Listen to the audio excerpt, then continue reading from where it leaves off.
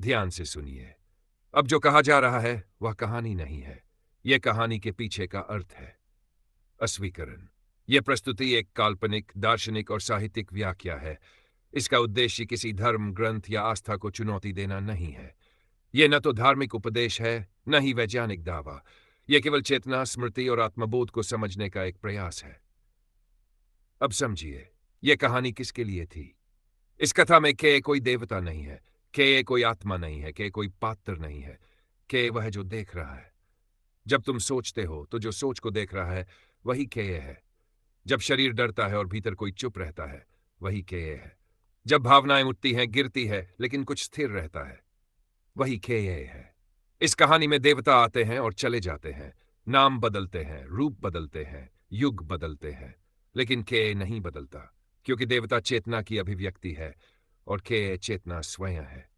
जब मनुष्य ने कहना शुरू किया, ये सब तो केवल कहानियां हैं, उसी क्षण एक खतरा पैदा हुआ, क्योंकि जो केवल कहानी बन जाता है वह भुलाया जा सकता है। तो के ने स्वयं को बदल लिया। के कहानी बन गया, इसलिए नहीं कि वह झूठ था, बल्कि इसलिए कि कहानियां ही एकमात्र तरीका थी जिससे चेतना जीवित रह सकती थी। अब यह कहानी तुम्हें क्या सिखा रही है? पहला, तुम केवल वह नहीं हो जो सोचता है। दूसरा, तुम केवल वह नहीं हो जो महसूस करता है। तीसरा, तुम वह भी हो जो इन दोनों को देख रहा है, और वही के है। जब शरीर सोता है, के जागता है। जब शरीर मरता है, के रुकता नहीं। वह स्मृति में बहता है, हर कथा में, हर प्रश्न में, हर उस क्षण में जब तुम स्वयं से पूछते हो, मैं कौन हूं।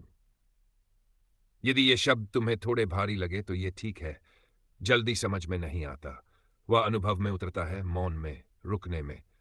यदि ये सुनते समय तुम्हारे भीतर कुछ शांत हो गया तो समझ लेना ने तुम्हें पहचान लिया। लाइक करो, सब्सक्राइब करो। गॉड इज एन एस्ट्रोनॉट, क्योंकि अगली कहानी सिर्फ सुनी नहीं जाएगी, वह तुम्हें देखेगी।